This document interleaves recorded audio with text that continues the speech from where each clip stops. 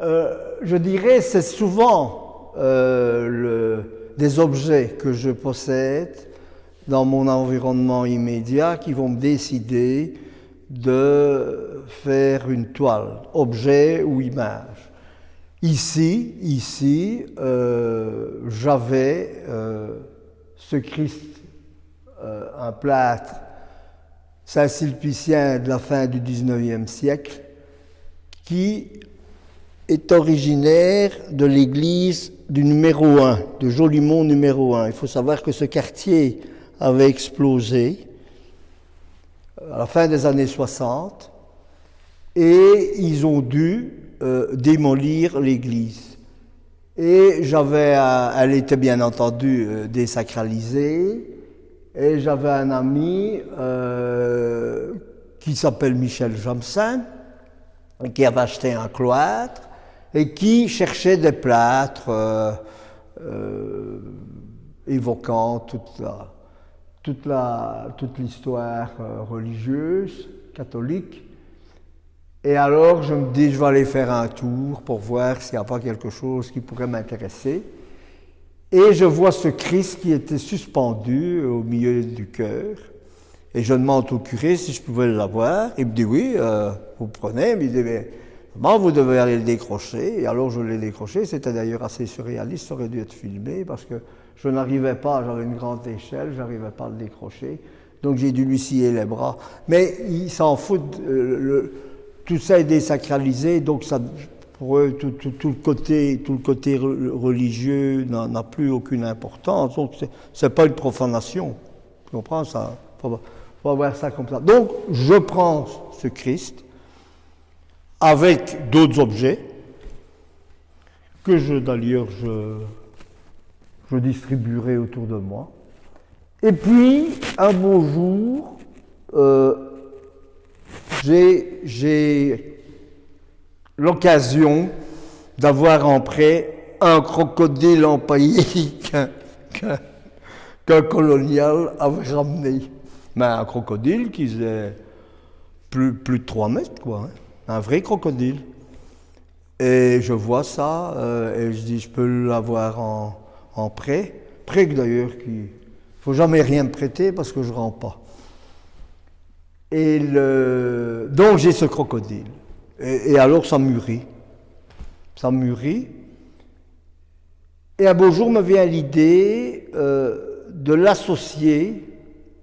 Bon, le crocodile est un animal qui a très peu évolué à travers l'histoire. Il est omniprésent parmi nous, bien avant les hommes.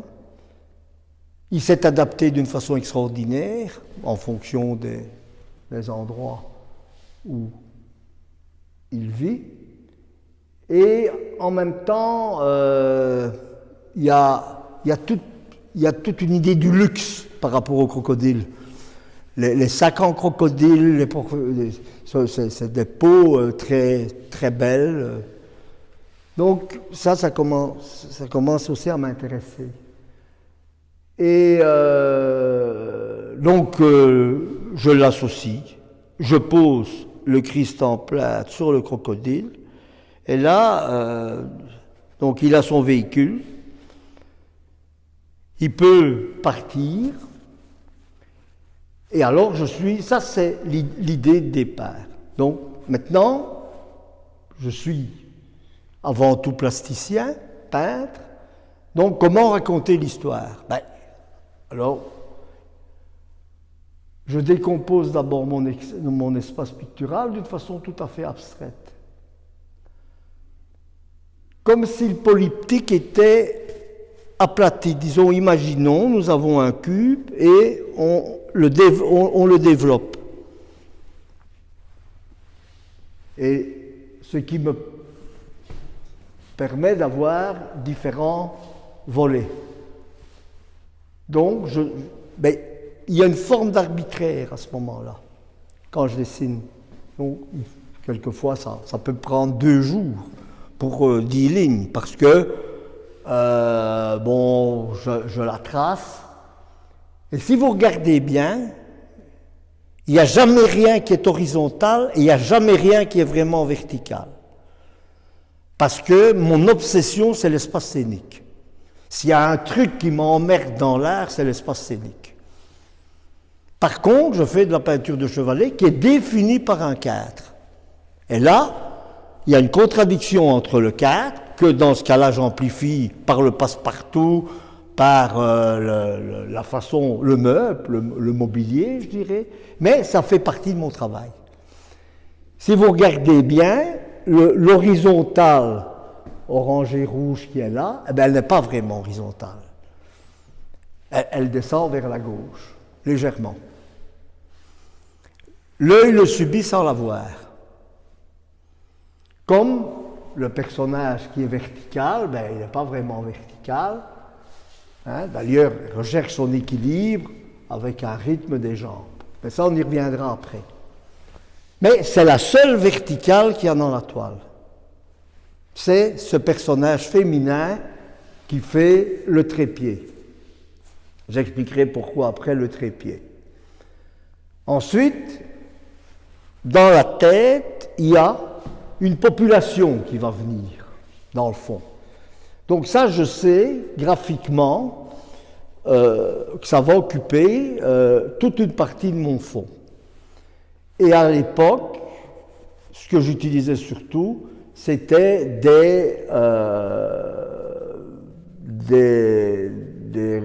soldats, des nazis. Vous savez, il y a des flopées de photos comme ça, des défilés avec toutes leurs casquettes et tout ça, que certains spectateurs ont pris à un moment donné au premier degré. Pas demander comme ils étaient malades dans leur tête. Oui, parce que ma peinture, si vous la prenez exclusivement au premier degré, c'est votre problème, c'est votre relation que vous avez à l'image. Et je respecte ça, du moins jusqu'à un certain point. Mais c'est une réalité. Donc, je sais au départ que mon fond va être partiellement animé par une population qui étant inversée, elle joue d'abord comme une animation graphique, mais active.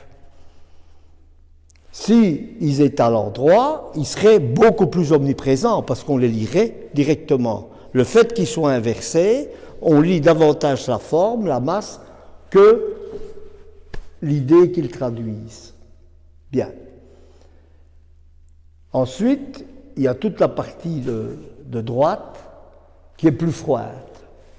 Et l'idée, je crois, l'idée intéressante qu'il y a dans cette toile, c'est que là, je reprends approximativement la même pose du crocodile, mais là, le Christ est en lévitation. Et le crocodile est en train de disparaître, il quitte l'espace, disons, le champ de vision. Donc, nous avons un éventail. Le crocodile, le Christ, et puis, je dirais, l'équipage. Et alors vient la verticale, la présence féminine, où, par provocation, je mets, je dirais, le sexe très fortement en évidence. Inévitablement, on vient tous du même endroit. Et c'est un orbiculaire, bien entendu, mais je veux dire, il est là, donc il est l'origine du monde, quoi, quelque part, comme dirait Courbet. Alors, là, je la rends plausible, la situation. Donc, si on regarde réellement la façon dont le personnage est campé, pour son confort, je lui ajoute un coussin. Mais le coussin, dans ma tête, parce que j'ai quand même fréquenté des églises dans le temps, et je me souviens, sur certains prie-dieux, il y avait des coussins. Parce qu'il y avait des prie-dieux de première classe et il y avait des prie-dieux de troisième classe, comme dans le train.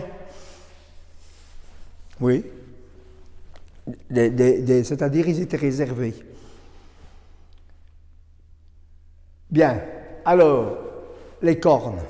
Les cornes sur le Christ. Oui, avant de détailler davantage le Christ, il y a toute une partie qui est très graphique du Christ. Donc, et là, justement, je joue avec ce côté maroquinerie de luxe dans le crocodile où réellement je décris ces écailles d'une façon très réaliste. Et je fais le même traitement graphiquement pour le Christ. Le second Christ est plus en matière et même en relief. Il y a toutes des zones de relief. Mais il décolle, il n'est plus dans l'attelage. Alors,